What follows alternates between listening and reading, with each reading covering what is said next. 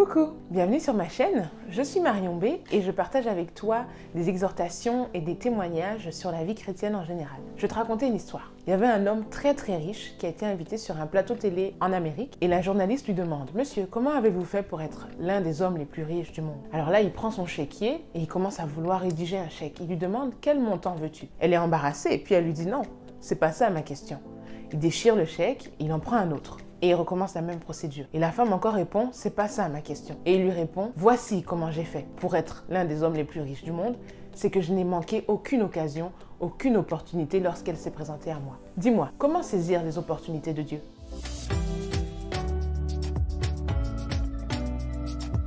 À la base, il faut savoir qui est Dieu. Tout commence ici. Qui est-ce que je crois en premier? Est-ce que je crois à ma situation actuelle ou est-ce que je crois à Dieu? Lorsque je prie pour que Dieu m'aide à trouver une solution à un problème, je m'attends à une réponse de lui, quoi qu'il arrive. Mais maintenant, comment est-ce qu'il va me répondre? Étant donné que Dieu répond tantôt d'une manière et tantôt d'une autre, il faut s'attendre à ce que ce ne soit pas toujours ce à quoi on s'attend, mais accepter la manière dont ça va venir. Comment saisir une opportunité? C'est par l'audace et la décision de passer à l'action. Mais j'ai constaté que par peur d'échouer, on n'ose pas essayer. Et ce qu'on va faire dans ces cas-là, c'est qu'on va mettre notre expérience et notre expertise en avant, comme Pierre, qui était un pêcheur professionnel, expérimenté de plusieurs années. Et là, il revient d'une pêche infructueuse pendant toute la nuit.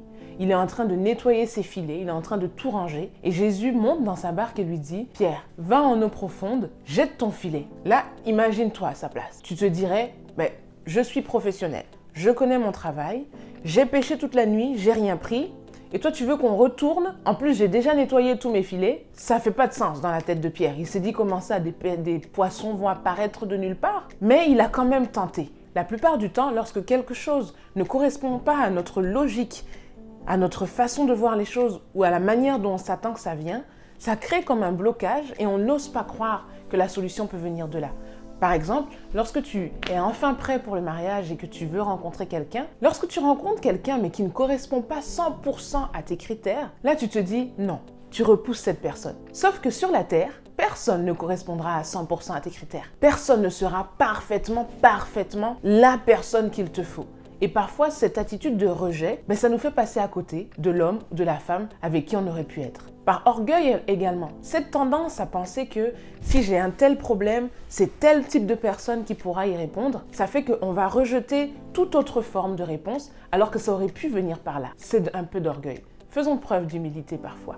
Tu sais, les opportunités ne viendront pas tout le temps frapper à notre porte, comme dans le cas de Pierre. Et dans ce cas-là, allons à leur recherche. Regarde la femme à la perte de sang. Elle a entendu parler de Jésus et de tous les miracles qu'il avait faits. Elle s'est retrouvée dans la foule avec lui. Et qu'est-ce qu'elle s'est dit en elle-même? Avec tout ce que j'ai entendu, peut-être que si j'ose seulement le toucher, je serai guérie de ma maladie que je traîne depuis longtemps. Et c'est ce qu'elle a fait. L'identité de Christ et la capacité de Jésus qu'elle avait entendue, ça lui a donné foi et ça lui a donné le courage d'aller oser faire quelque chose que personne n'a osé faire. Elle a saisi son opportunité. Toute opportunité est une fortune pour qui sait la saisir. Par l'ordre de Dieu, on va pouvoir avoir des opportunités sous forme humaine ou sous une autre forme. Mais ce sont toutes des occasions qui ont été placées là par Dieu pour notre accomplissement. Rappelle-toi que Dieu, il n'est pas dans le besoin. Mais lorsqu'il place des opportunités devant nous, ce sont des moyens pour nous de sortir de notre captivité. Si on ne fait pas attention à ces opportunités, elles peuvent nous passer sous le nez. Ces opportunités sont l'occasion parfois de pouvoir donner quelque chose à quelqu'un, de pouvoir secourir quelqu'un, de pouvoir semer une graine dans la vie de quelqu'un. Et lorsque nous saisissons ces opportunités en semant quelque chose qui nous coûte vraiment,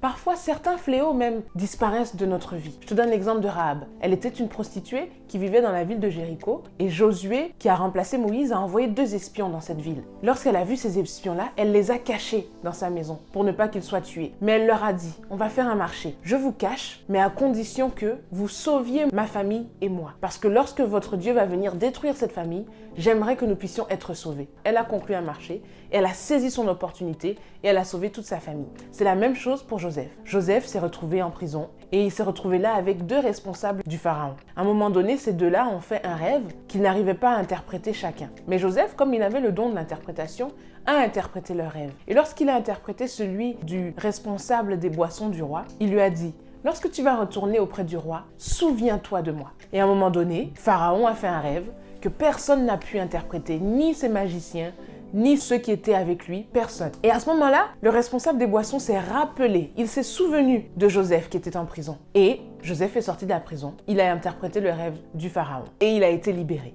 Tu sais, les opportunités abondent autour de nous. Albert Einstein a dit « Les yeux qui regardent sont nombreux, mais les yeux qui voient sont peu ». Je prie vraiment que nous puissions voir les abondantes opportunités qui nous entourent et qu'on puisse les saisir.